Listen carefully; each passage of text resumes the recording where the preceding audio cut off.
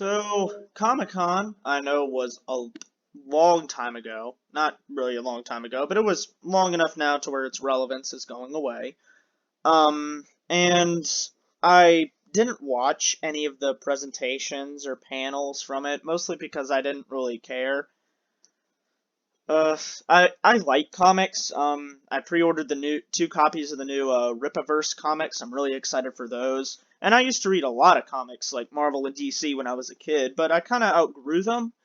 And then I started getting into comic book movies. So, the DC Extended Universe, the Marvel Cinematic Universe, the Sony Spider-Man universe, or whatever it is that they're doing with Marvel stuff. I never really got into the X-Men movies, but I did watch the original Fantastic Four, and that was quite the experience. But either way, there's just a couple things I wanted to talk about with Marvel specifically, because that's the one I have the most love for, I guess. Uh, if anything. I mean, to be completely honest, it's kind of lost my attention now. So basically, I'm going to go over all the stuff that they have coming up, my reaction to it, and basically talking about everything that I'm excited for.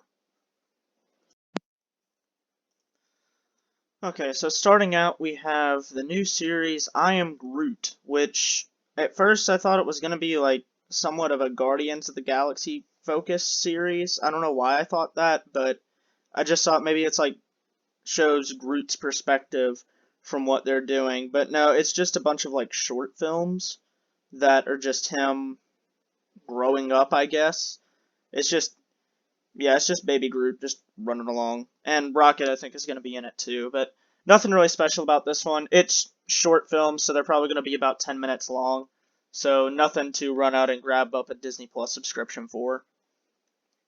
Next, we have She-Hulk, Attorney at Law. This show looks absolutely awful. I mean, yeah, Daredevil's going to be in it, and it's going to serve as his reintroduction into the MCU. Well, technically, he was in No Way Home, but that was more of a cameo. This is probably going to be more of a full-fledged role. But basically, Bruce Banner gets, does a blood transfusion or something happens, and his cousin, Jennifer Walters, who's a lawyer, she gets Hulk powers. And Mark Ruffalo is going to be reprising his role as Hulk, but I don't like the way they're presenting this show, and I'll probably talk about it in a separate video because it's something that I just don't really like. It seems like they're tearing down Hulk's character to buff up She-Hulk. Like, in the trailer, Hulk is like, this is a big struggle to come to grips with your Hulk powers, whereas She-Hulk is just like, oh, I can do everything so easily, look at me, you suck, Hulk. And it's like, are you kidding? This tears down all of Hulk's character development, because it started out with someone who was very angry, had a lot of pain in him, and he learned to control his anger, and now we just have Banner Hulk the whole time, and it's just, eh. I didn't really like this version of Hulk when he was introduced in Endgame. I thought it was dumb. And just, yeah. The CGI does not look good on this either. I don't care if it's improved since that original trailer. It still does not look good. Then we have Black Panther Wakanda Forever. This is a movie that honestly could have been canceled, in my opinion. Because without Chadwick Boseman, I don't see how this movie is going to do well. And before you say it, no, it's not because it's got an all-female lead. I don't really care about that. I mean, I'd watch it if it looked good, but the trailer they put out at Comic-Con showed off basically nothing. It showed off a couple scenes of like Atlantis stuff. At one point I was like, am I just watching another trailer for Avatar 2? Like, it doesn't seem like this movie knows what it wants to be. And that, of course, is probably due to Chadwick passing away midway through production. I'm one of the people who says he was that role of the Black Panther. He didn't really need a sequel. His arc was kind of concluded in Endgame. So, it's something that I don't really think needed to be retread. And even though they're not recasting T'Challa, I don't think we need to go back to Wakanda. I think we've kind of wrapped up everything there. The first movie, the first Black Panther movie, I enjoyed, just because it was a cool look at this new cool character, but I don't think it needs a sequel. This is a movie that could have been canned, in my opinion. Focus resources on something else. Then we have What If Season 2. Yeah, don't even care. Moving on. Craven the Hunter. Now, this is a Sony movie, so, Aaron Taylor Johnson is starring as Craven the Hunter. Don't know who that is at all. I do know who Craven the Hunter is, and he's one of my favorite Spider-Man characters because he's just so cool, and he's a really cool villain, and this is the first we've seen of him in a Marvel movie since the ending of Amazing Spider-Man 2, and he was actually considered in No Way Home to come back, but didn't. They just kind of got the villains that everyone really knew and that we had already seen instead of introducing a completely new one to the MCU. So while this is not a MCU movie, again, there's some Sony movies that do tie into the MCU, like the Spider-Man movies. Those are MCU movies despite Sony making them and owning the rights to them. So it's a really murky area I won't get into. But yeah, so that's coming out. It looks good. Those Sony movies are actually pretty good if you get down to them. They're not the best, but I think they're a nice change up from the new MCU movies. Then we have Ant-Man and the Wasp, Quantumania. I watched the first Ant-Man, thought it was kind of funny, and then never touched another Ant-Man movie. I do like Paul Rudd because he's a great actor, and if you haven't seen him in Ghostbusters Afterlife, you should absolutely watch that. Phenomenal movie. But I have not seen Ant-Man and the Wasp. So, I mean, again, this movie does nothing to me. It's going to play into multiversal stuff, which I think is cool. I've always liked that idea of a Marvel multiverse. That way we can get a bunch of characters that from the comics, but they don't really have a big impact, but we can still see them on the big screen. And so, I don't know. I think I just really like that kind of stuff. So this is coming out next year. In February. Its release date is February 17th, to be precise. And honestly, I've heard Bill Murray's going to be in it, and he's going to be playing a villain, which, if so, is going to be absolutely hilarious. So I'll definitely be watching it if Bill Murray is in it. But I'll probably have to watch the second movie first to catch up. Then we have Secret Invasion. I thought this was a movie, and I got into an argument with one of my friends, being like, no, this is a movie, this isn't a series. And then I went back, looked at the promotional material that Marvel sent out from Comic-Con, and saw, nope, it's a series. And so, apparently there was footage shown at San Diego Comic-Con. I wasn't there, because I don't care enough, so I didn't see anything of it, and I haven't seen anything about Secret Invasion online. But apparently it's about, like, the Skrulls from Captain Marvel coming and, like, seeding Earth and being secret and all that mess. Like, you know, they're trying to do a Christopher Nolan movie, I think, with this whole secret arc. I get that's an important arc in the comics, but I never read that arc, so I don't really understand it. So, just go easy on me for that. Then we have Guardians of the Galaxy Volume 3. This is the movie I am most excited for. James Gunn got fired from this movie for, I can't even remember the reason. It's probably because he didn't agree with the mouse on something. And then he got rehired after, I think it was Suicide Squad did really well. Or maybe it was before Suicide Squad came out. I can't remember. But, yeah. We've got this coming in. Adam Warlock is going to be in it, which is going to be really cool. So, I'm excited for it. I think it's going to be a bright spot in the MCU lineup, because all this stuff that they're coming out with recently, it's just like, I don't really care about. And I go and see it, like the new Thor movie. If you saw my review, I saw it, didn't really care for it, just kind of forgot about it. I probably don't even remember any quotes from that movie. Then we have Spider-Man Across the Spider-Verse Part 1, which is coming out next year on June 2nd, a great day in the world. And I'm really excited for it. It's not an MCU movie, but, I mean, it's a Sony movie. And Into the Spider-Verse was really good. I love it. The acting was awesome. The animation was a breath of fresh air. It was something that was just really good. So, now we've got a sequel. Technically 2 sequels. because this is, the first of two parts. The second part is coming out in March of 2024, but this is June 2nd, 2023. So, excited for that. Definitely gonna watch it. Then we have Marvel Studios' Echo. Yay, I guess. Here's from Den of Geek, basically. It's the official synopsis of the series. The origin story of Echo revisits Maya Lopez, whose ruthless behavior in New York City catches up with her in her hometown. She must face her past, reconnect with her Native American roots, and embrace the meaning of family and community if she ever hopes to move forward. I think Echo was in Hawkeye. I can't remember because I despised Hawkeye. I absolutely hated that series, and I didn't even watch most of it. I watched the first episode and was immediately like, this is dumb. I'm turning it off. So, I just didn't care. A lot of these Marvel series, like, quick side tangent, a lot of these Marvel series I just don't get into. I feel like Marvel is better suited for the big screen. It's the same reason why I couldn't get into Daredevil, or The Punisher, or, Agents of S.H.I.E.L.D. Marvel movies, I feel like I sit down, I want to get the whole story in one sitting. It's like reading a comic book. You don't read a comic book like a couple pages at a time. No, that's just not how it works, in my opinion. I feel like these need to just be movies, and that's it. But, whatever. So, this is a spinoff of Hawkeye, which is a spinoff of Avengers.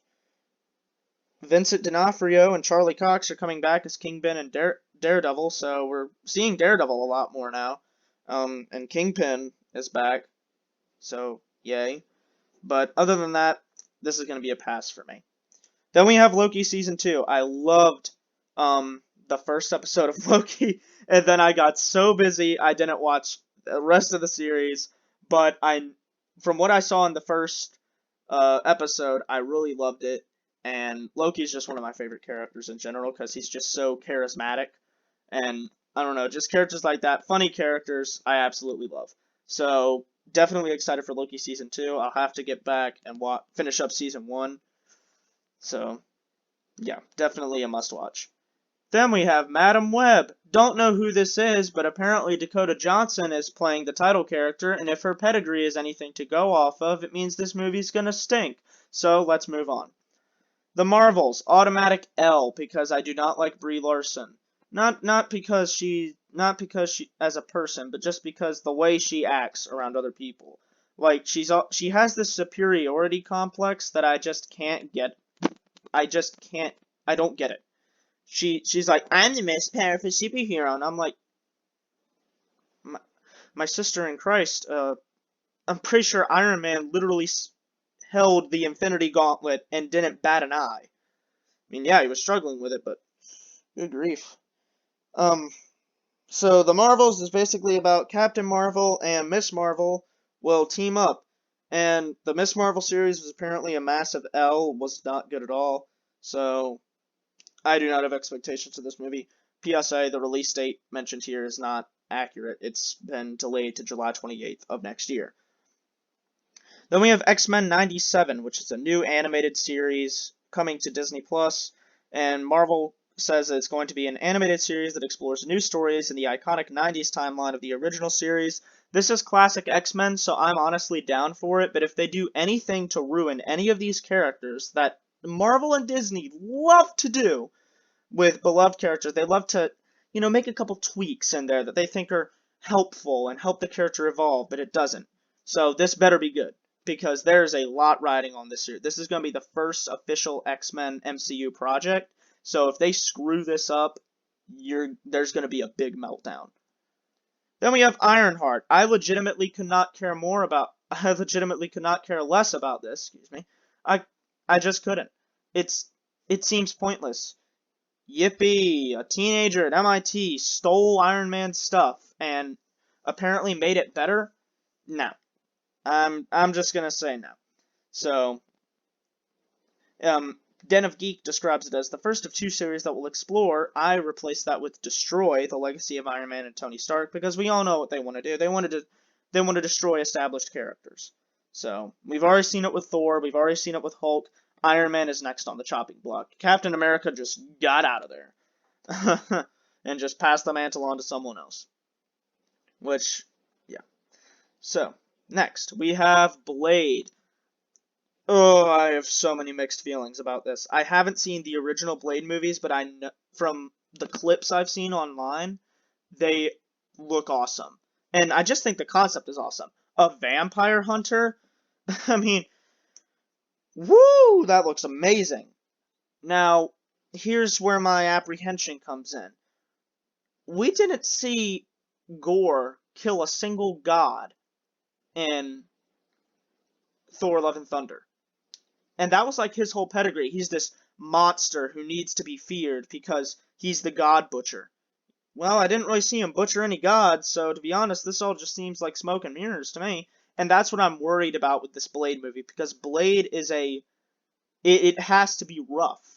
Like, I'm not saying it has to be gore every 5 seconds or cussing every 5 seconds. I'm not saying that, but it's about vampire slaying. So obviously it's going to be a bit more mature than, say, Thor Love and Thunder. I'm not saying it has to be mature enough to earn an R rating. There's a lot of fans who say it does. I think they can make it PG-13. I mean, the Venom movies are PG-13, and they push the limits. So, to be honest, I don't know what to think of this. I'm excited about the concept and that they're bringing him back, but if it fails in execution, this is going to be another thing that they that they just absolutely are gonna butcher, probably, in my opinion. And you'll lose a lot of goodwill on it. But, his voice popped up at the end of Eternals when he was talking to Kit Harington about wielding the Ebony Blade. So, who knows? We might see more cameos of Blade. The recent cameos in the MCU, the post-credit scenes, absolutely mean nothing. I can't even tell what they're trying to advertise anymore, because it was all, in the old movies, before Phase 4, it was all stuff that was coming up that they were linking to, or previously announced projects, so you could get like a little sneak peek, and I thought that was really cool. Then we have Agatha, Coven of Chaos. I didn't watch WandaVision except for the final episode, and that was just because I was extremely bored and my mom was watching it. So, I don't care about this. I get that WandaVision was a great show, and I guess Agatha Harkness was one of the best characters on that show. I never saw it, so I don't have an opinion. Not excited. Then we have another Sony movie, El Muerto, which is going to star rapper Bad Bunny, who's going to play the obscure Spider-Man character. Apparently, according to Den of Geek, El Muerto has only appeared in 2 comics, so yippee, I guess. They haven't announced a director yet. This movie is supposed to come out in less than 2 years, so I'm just saying, don't expect them to meet that January 12th, 2024 release date. Then we have Daredevil Born Again, which is a new series coming to Disney+, and it's an 18-episode season. Now, apparently this is going to be a continuation of the original Netflix series, but it just has the subtitle Born Again, because technically the Netflix Marvel series are MCU series. So, I guess that's going to be kind of cool. This is going to take place after She-Hulk and Echo, and Vincent D'Onofrio is, of course, going to be back in this as Kingpin. So, it looks like they're just kind of restarting Daredevil again, which is cool. So, that sounds exciting. Then we have Captain America New World Order, which I don't even know. Anthony Mackie is going to be Captain Falcon America, I guess. I didn't watch Falcon and the Winter Soldier. I tried the first episode, didn't really like it. It felt too much like an AMC drama and not a Marvel series. It felt like it was focusing more on dialogue and narrative than having a healthy balance between narrative and action. That's what made Marvel movies so good. And Falcon and the Winter Soldier just didn't have that for me. So, learning how to choose the right audio apps for you. Which one do you want to use to listen to this? What is... Siri is just freaking out over here. Sorry about that. Then we have Thunderbolts, which... Oh my word. I am excited for this, because this is going to be the first anti-hero movie that Marvel Studios has done. I need to switch the slide. That Marvel Studios has done. I'm excited for it. We've seen a couple threads leading up to Thunderbolts, stuff that seemed kind of inconsequential at first. Like at the end of Black Widow, seeing Julia Louis-Dreyfus recruiting people for the Thunderbolts operation. I don't think they called it that, but we've seen it. So we've seen the threads start to weave for Thunderbolts, and I'm really excited for it. So I think it's going to be really good. Then we have Fantastic Four, and if John Krasinski does not reprise his 10-minute role as Mr. Fantastic, I'm probably going to cry. Because I get that he was a stupid character in Multiverse of Madness, but the reaction to seeing Jim Halpert as Mr. Fantastic, it was amazing. Our theater erupted. We were so excited. There's no information on it at all. It comes out in 2024, so another thing to just kind of wait on. So it looks like it's gonna be pretty good. Hopefully. Then we've got another series this one's animated. It's called SpiderMan Freshman Year. Don't care. It's not related to the other Spider-Man movies, I don't think, so it's gonna be pretty inconsequential. Then we have they're gonna reboot Marvel Zombies. Try defending your family-friendly stuff with that, Marvel. I'm just saying. First we got Blade with the vampires, now we got Marvel Zombies. Okay. Then we have Avengers: The Kang Dynasty, which is going to be directed by the guy who did Shang-Chi. Never saw that movie, was never remotely interested in it, and I guess Kang Dynasty is going to be pretty good. I don't really know. I personally thought they weren't going to do another Avengers movie, but now they're like, oh, it's all now just the Avengers franchise, and we're going to start, like, these are capstone movies to end an arc. Okay, cool. Have fun with that, Marvel. And then we have Avengers Secret Wars, which is going to be coming out in 2025. Guess what?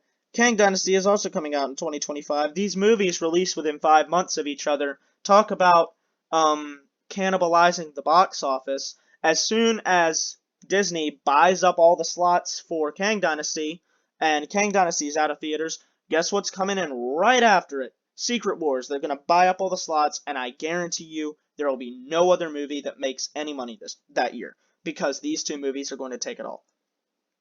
So I guess it's kind of cool. Doctor Doom apparently is going to be in this one, so that's going to be pretty cool.